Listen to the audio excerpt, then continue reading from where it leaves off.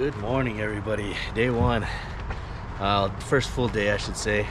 We are staying at the Lone Duck campground, an RV ground, or RV and campground, I should say. We got in late last night. It was already after dark by the time we visited those other couple spots, which was the Garden of the Gods and Bishop's Castle.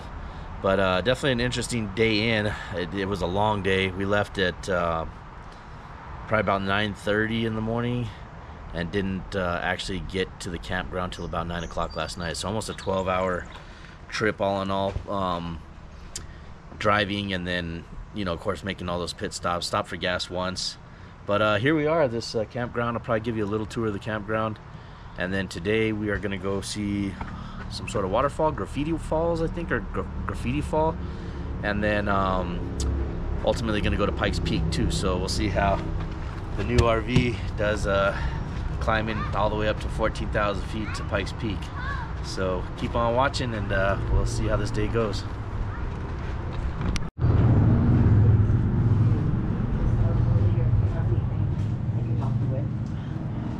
So they do have a little gift shop and a little coffee shop, and just have shirts and miscellaneous stuff. I don't know, little cocktails, those look pretty cool. But yeah, they do have a good little coffee shop, little necessities, plate stuff that you need, and then a dining area.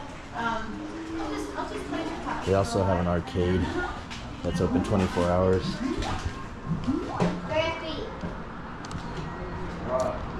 As you come out the backside, they do have a little private pond that you can fish in here. They say they're stocked with trout, and it's $8 a fish if you catch a fish. So kind of a cool little pond. I'm not paying $8 a fish to fish, but needless to say, it's available if you are interested.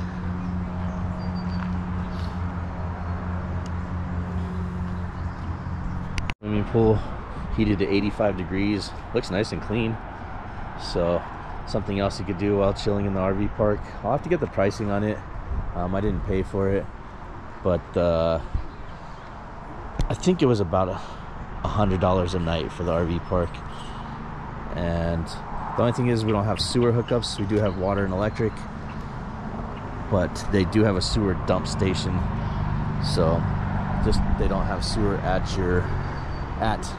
the site we're at least. You can see it's pretty basic. You do get a little fire pit. You are allowed to have a fire. They sell firewood, but they say it's a $250 fine if you don't put your fire out. My only complaint is either A, we need to move that picnic table over here, or they need to trim this tree, because as you can see, it's all up in my slide. Luckily, it's a really flexible tree, so it's not gonna like scratch the slide or nothing, but definitely something. I mean, it's almost impossible to get back to the water and the electric hookup back there with the slide open. But other than that, it's got a beautiful view, and gonna eat some breakfast and get on with this day. All right, guys, long anticipated, but after an hour and a half wait and bus ride and driving to the wrong end, well, driving to the entrance, but realizing we needed to buy passes and a shuttle, take a shuttle, we are now at Seven Falls, near Colorado Springs, or in Colorado Springs basically, and gonna show you around. Bar has been pretty tame, maybe just a, I don't know, 3 or 4% grade constantly, nothing crazy.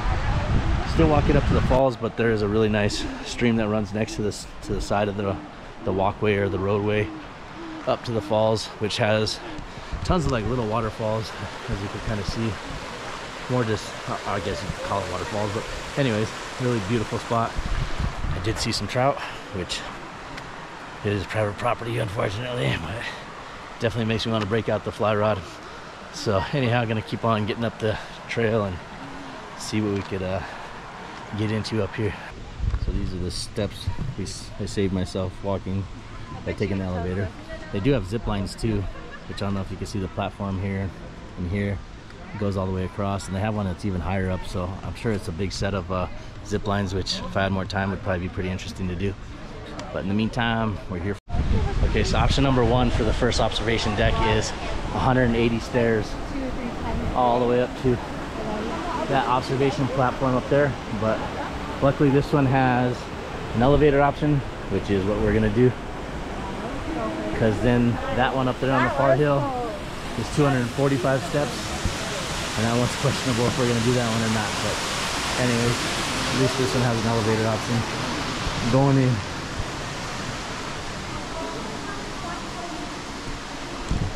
Ooh, it's nice and cool in here actually. It's hot outside, even though it's cloudy, but this is definitely a tunnel dug into the side of the mountain, and it feels like it. It's probably 60 degrees in here, maybe even a little cooler. But it has all kinds of cool facts on the falls and how they were built, or you know, this area was built out, the tunnels, etc. Definitely a neat entrance to the elevators.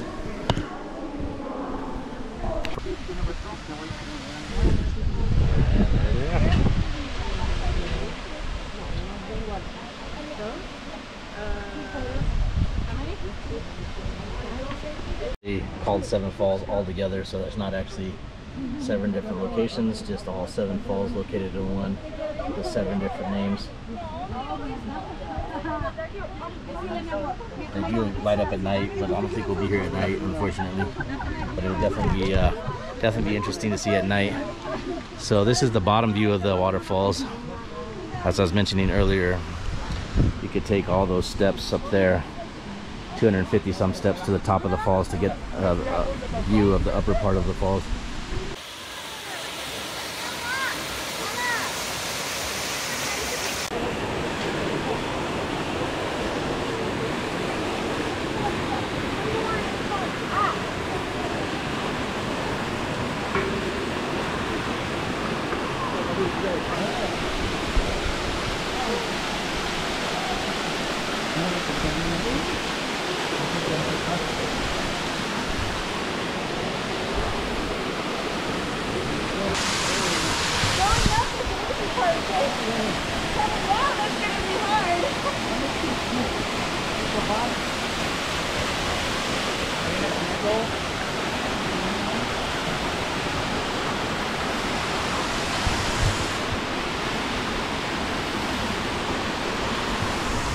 Well, the stair stepper at the gym sure comes in handy for this one. My legs are already burning. Whew.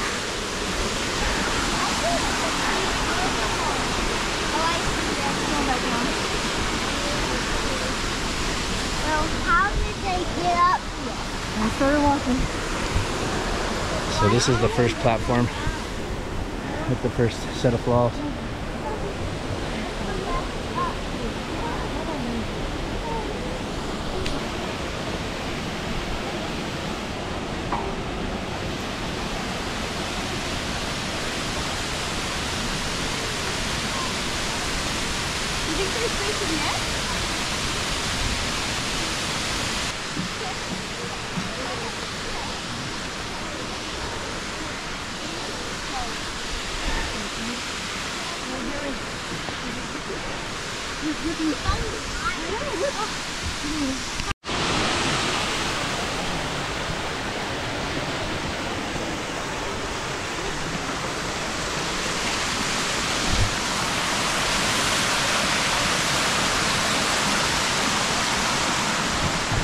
And This is where they originate from, so that's where it starts, right here, and then all the way back down.